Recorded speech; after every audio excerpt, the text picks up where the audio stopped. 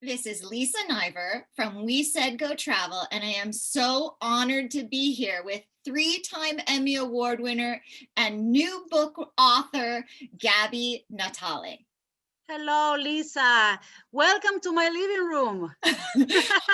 It's pretty exciting in your living room with 3 Emmys. Congratulations. Thank you. I was very intentional, Lisa, to put them in the middle of the living room and not somewhere like in an office or somewhere where I would not see it or in my studio, because I want it to be a daily reminder that wonderful, unexpected things can happen, and that starting small does not mean that you're thinking small. Because to get those Emmys, it was so unlikely. We went against the CNNs and the NBC, Telemundos, and the Univisions and companies that are gigantic.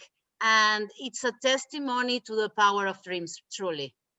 Oh, I have the chills. That is so beautiful. I really like that. So starting small doesn't mean thinking small. Mm-hmm.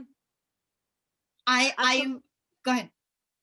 Absolutely, because first of all, I'm an immigrant and I came to this country with only 2 suitcases, and that's it. My family was in Argentina. I didn't have connections. I didn't have, you know, somebody who would really make my life easier in that transition.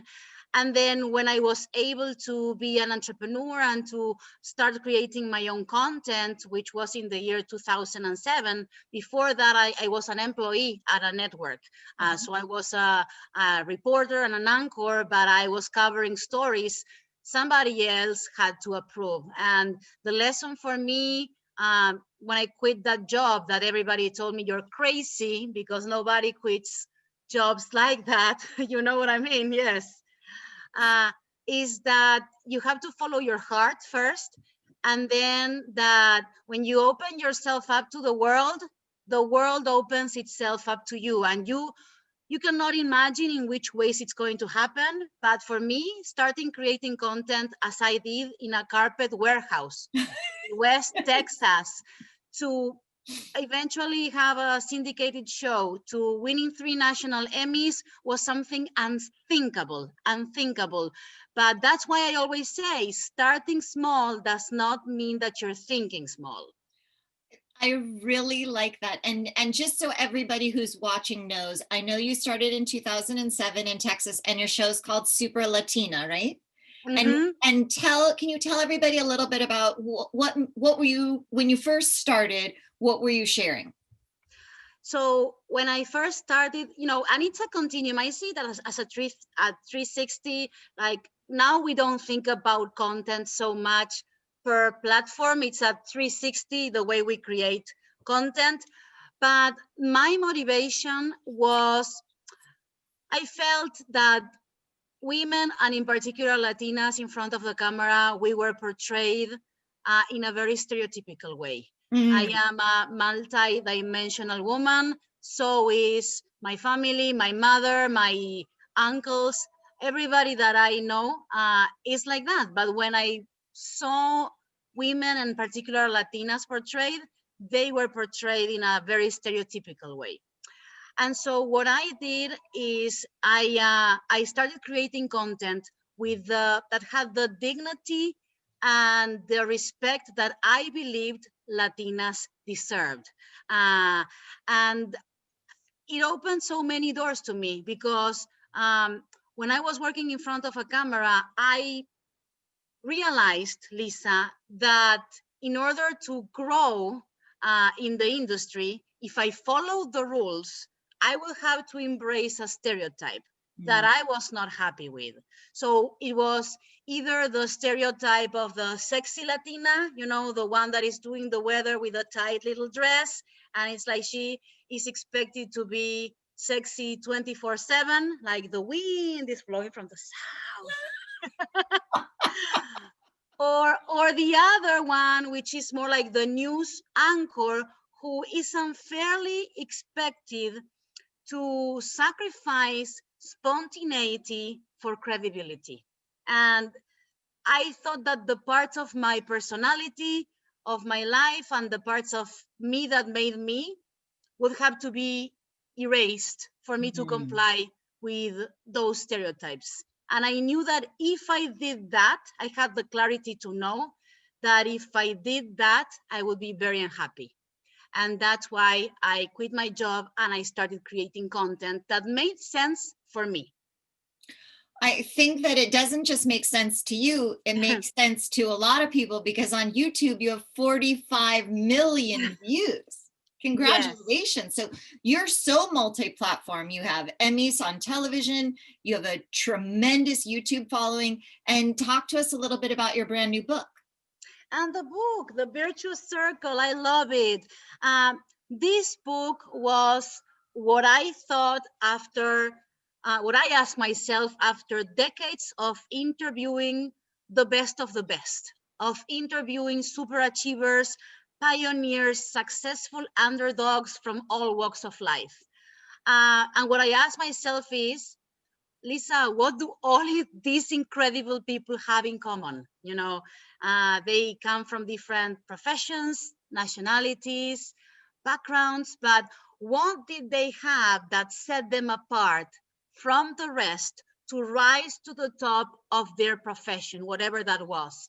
And that's what I call the virtuous circle.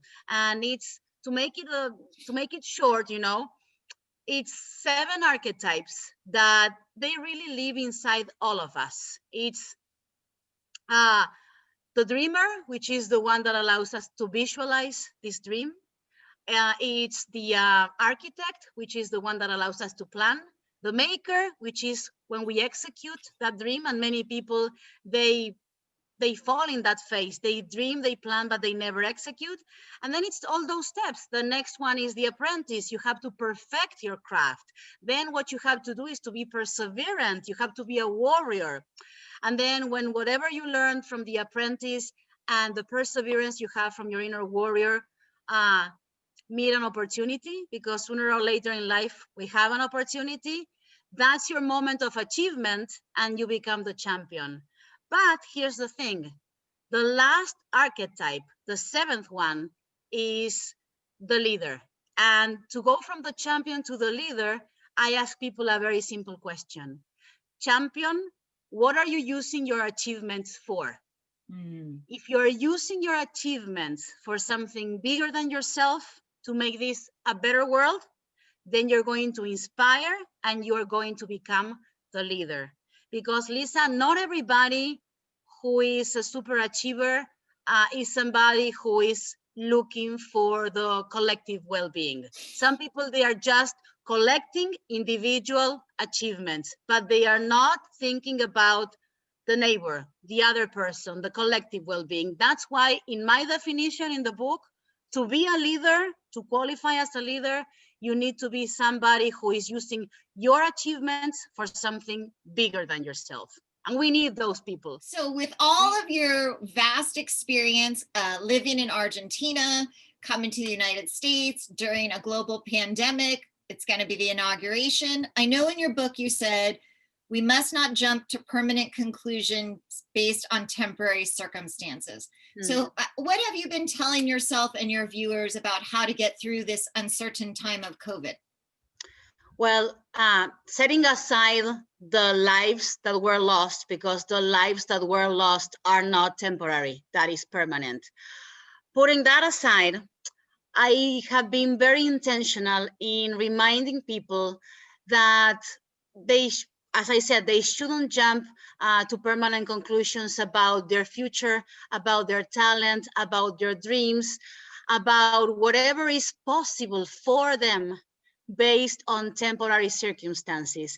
And I am very intentional saying that out loud right now, because I've been through 20% unemployment in Argentina, and I've been through having an incredibly unstable political environment where we had 5 presidents in 10 days.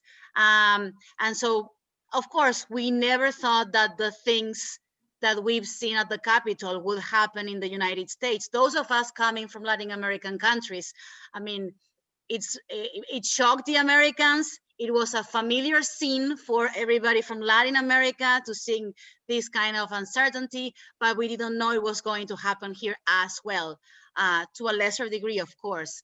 But going back to people and their planning for their future, I believe that many times when we come in our lives to situations like this, whether that is economic downturn, whether that is that you lost your job, whether that is that you had a small business and you're struggling, or your small business disappeared and you find yourself starting over. So many people are starting over right now. I remind them that they have to still see the world from a place of possibilities, which is something really hard sometimes to do when you look around and reality overwhelms you. But if you stop doing it, and if you stop seeing the world from a place of possibilities, it can happen that you abandon your dreams prematurely, that you abandon dreams that were within your reach, but you convinced yourself that they were not possible anymore just because of temporary circumstances. And I was guilty of doing that when I was unemployed in Argentina. And I believed, almost convinced myself that I was never going to be able to work in media. Imagine, everything that happened afterwards. But when you are going through unemployment, when you are going through a tough time, it's hard to imagine, and you don't get the callbacks and you don't get the interest from your industry. It's hard to imagine that wonderful things can happen to you in the future. That's why I'm very intentional in reminding people not to give up on their dreams prematurely, because this recession and this COVID crisis is not going to last forever. But those dreams that they have in their heart, if they are meaningful, they are worth it. That's so beautiful. And I want to also ask you about something else international. So you mentioned that, Argentina obviously went through some very challenging times. And I know that you lived in London, but in the book, you talk about 3 different Japanese philosophies. So I was wondering, did you live in Japan, or how do you know about all of these? Well, I'm curious, and I've been fascinated. I mean, I mentioned many things like Japanese calligraphy, like the symbol of the Virtuous Circle, which is this, I don't know, it's this little thing, it's the enso, like an open circle. And I find that they have so much wisdom. I mentioned the Kaizen, which is constant improvement. I mentioned Japanese calligraphy. I mentioned the Ikigai, which is how to recognize what is your calling in a way in life. So yeah, it's true. There's many things that I have included about Japanese philosophy, but and also Japanese. My favorite one is the art of loving the scars. How do you say it? Kintsugi? Yes, kintsugi. Kintsugi. Yes, and that is for people who are not familiar. It means that there's a tradition in Japan that when you have something like a vase, that it's very precious, and it breaks, instead of gluing it in a way where you are going to try to make it look like it was never broken, they fix it with a glue that has little lines, gold lines, so that you create something new out of the old, and you are in a way proud of your scars, because those scars are also part of your history. Those parts are things that make you beautiful. And I read that. I didn't come up with that. I read that and I felt it was very appropriate, for that part of the book. I agree. You did your homework, girl. You did your homework.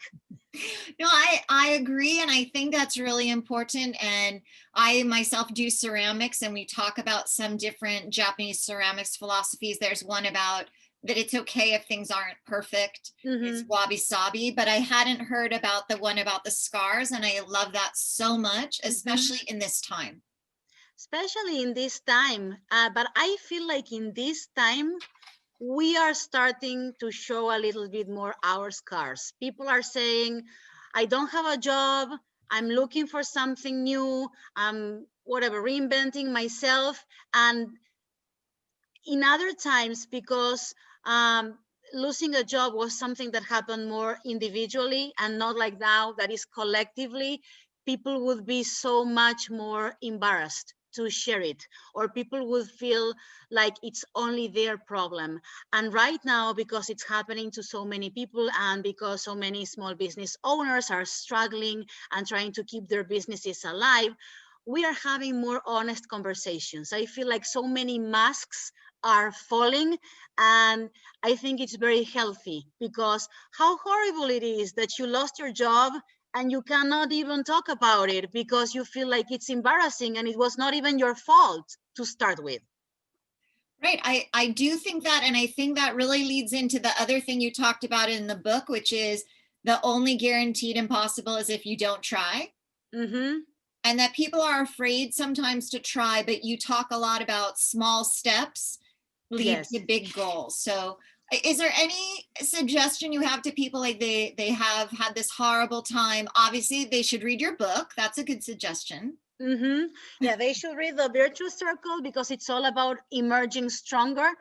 I feel like this year, 2021, I myself internally am calling it the year of the bridge. It's like a bridge. Uh, January 2020, the world looked a certain way. January 2022, the world will look a different way than now. So what I believe is that this year, internally, I'm calling it the year of the bridge, because we're like in a bridge. We're not in the other side yet, but we have to do everything that we need to do to learn, to execute, to make projects, and to do whatever it will allow us to come out stronger on the other side of the bridge. Oh, that's so beautiful. I really appreciate all of the work you've done, you know, like building your own show because you didn't want to be stereotyped. You want people to be able to see all of you, and you want other people to be able to share all of themselves. So obviously they're going to all go buy your book, Yeah. but if they want more, where do they find you?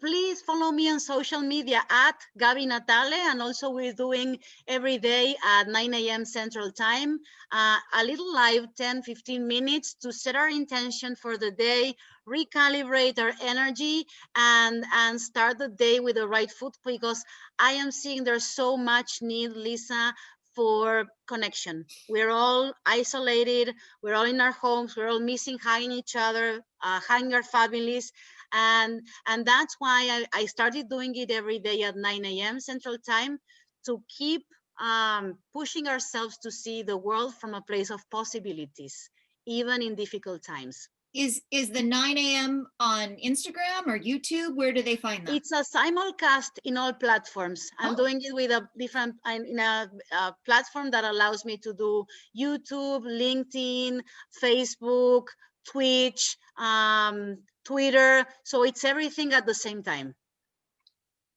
you you are definitely, I want to say the advice that your mom gave you was always bring your A game, because you never know when opportunity will knock on your door, and I think you knock very loudly. Yes, my mother told me that when I was going to go to I was unemployed and I was going to volunteer work for free at a place where it was a international conference, but I felt like I have a master's degree and I'm working for free in an unqualified job, like moving chairs, waving to people, handing out flyers. And that day that I almost didn't show up because I felt I was too much of a big shot in my 20s to do that unqualified job, was the day, Lisa, that changed my life, because that day was the day when I met a delegation of professors from George Washington University who started sending me remote work, and after a while that became an offer to move to Washington DC because they had an opening. So you never know when opportunity will knock on your door. Bring your A game. Yes, so bring your A game. 2021 is the bridge across, and you are offering inspiration every single day. Absolutely. This Absolutely. It has been so much fun to get to know you a little bit better. Thank you Oh, for spending this time with me. no, thank you so much. It was my pleasure to be here with you, Lisa. Thank you so much. Hopefully one day we get to travel again and maybe we meet each other in some exciting place. Oh my, well, I'm gonna keep practicing my Spanish. So I'm hoping it's gonna be somewhere very exciting. Or I know your name is Italian, so maybe we'll meet in Italy. I don't know. Maybe in Italy. I don't know. We'll see. Thank you, thank you, thank you. Thank you very much.